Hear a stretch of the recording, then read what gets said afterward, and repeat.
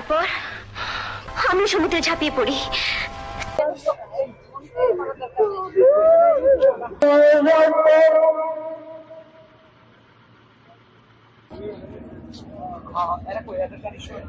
আমি এখন বনানী কবরস্থানে আছি। দেখুন ওনার দাফন কার্যক্রম প্রায় শেষ।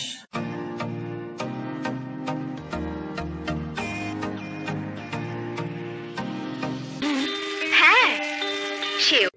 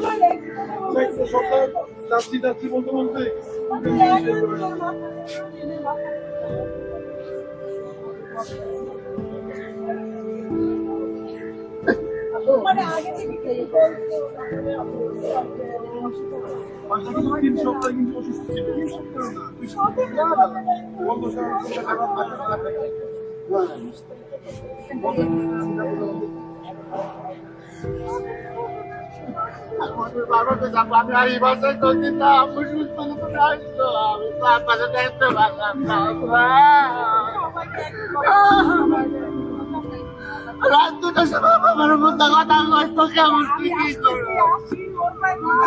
আমি আপনার কথা আমি সব করতে পারবো সব করতে গেল লাগে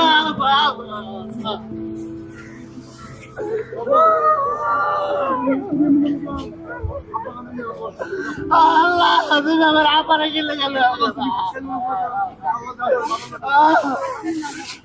আমার তো রাত দুটোর সময় মধ্যে খবর লাগছে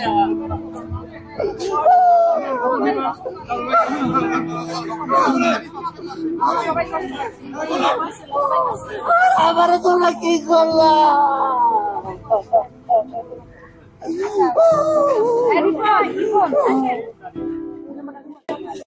অঞ্জনাপা ছিল আমাদের বড় বোন।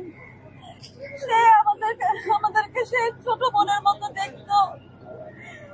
আমি এই যে বেশ কয়েকবার নির্বাচন করেছি, সে আমাকে অনেক সাপোর্ট দিয়েছে। অনেক সময় অনেক মন খারাপ ছিল, সে আমাকে অনেক বোঝাতো।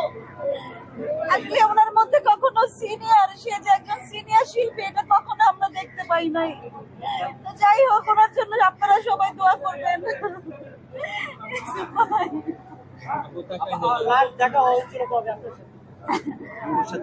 আমার সাথে লাস্ট দেখা হয়েছিল আমাদের নির্বাচনের দিন ভোরে।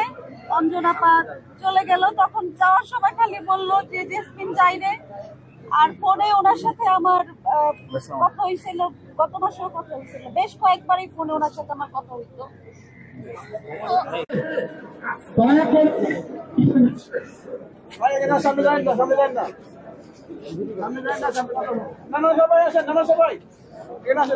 এফডিসির ভিতরে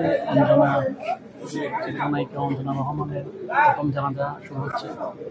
দেখুন প্রথম সারিতে আমাদের শিল্পী সমিতির সভাপতি মহোদয় ভাই এদের উদ্দেশ্যে কিছু কথা বলবেন। উজ্জ্বল ভাই অনেকে আছেন এখানে।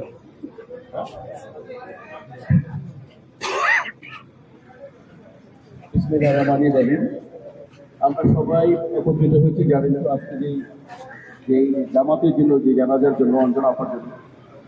আমি একজন শিল্পী হিসাবে, আমি একজন জুনিয়র হিসাবে তার সমস্ত আল্লাহর কাছে গুনাহ মাফ করে আল্লাহ তার রুহ মাগফিরাত কামনা করি, রুহ মাগফিরাত কামনা করি।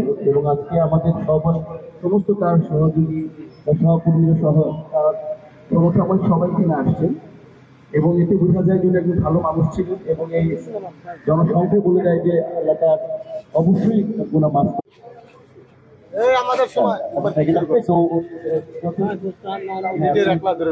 কোন রকম যে তার সাথে কোন রকম বিল থাকে তাহলে আপনারা সমিতিতে যোগাযোগ করবেন। আর দোয়া করবেন যাতে আল্লাহ থেকে বেহেশতের অন্যতম আল্লাহ জান্নাতুল ফেরদৌস থেকে দান করুন। আরেকটা কথা, এখানে হওয়ার পরে চ্যানেল আইতে জামাত হবে, এরপরে বনানী কবরস্থান থেকে দাফন করা হবে। ধন্যবাদ। সম্মানিত মুসল্লিয়ান, আমরা এখানে যারা উপস্থিত হয়েছি, মায়ের একজন তার অনেক ভক্তবৃন্দ পুরো বাংলাদেশ আপনারা মুসলিম, তারাই আমরা এই জানাজায় অংশগ্রহণ করতে আছি। তারা আমরা জানাজার নামাজের নিয়ম আমরা একটু শুনে নেই। জানাজার নামাজ এই পিছনে এই মায়েদের জন্য দোয়া করিতেছি। আল্লাহু আকবার। জানাজার নামাজ আদায় করে শহীদ এই ইমামের পিছনে মায়েদের জন্য দোয়া করিতেছি। আল্লাহু আকবার।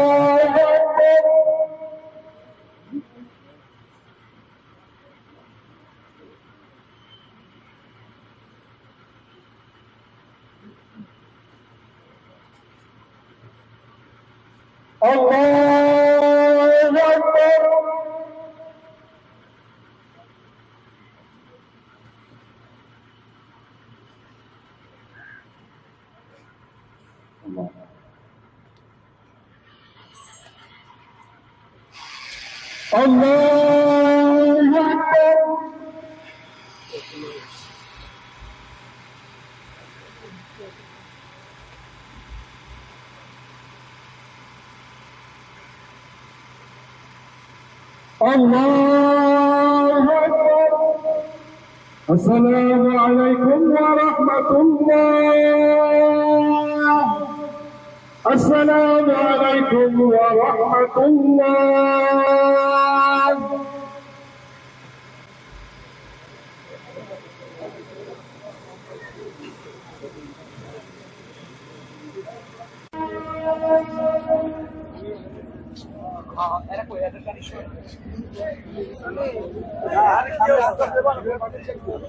আমি এখন বনানী কবরস্থান আছি। দেখুন ওনার দাফন কার্যক্রম প্রায় শেষ। এখানে চিত্রনায়ক বাপি ভাই আছে, সুপুত্র ভাইয়া আছে, অনেকে আছে।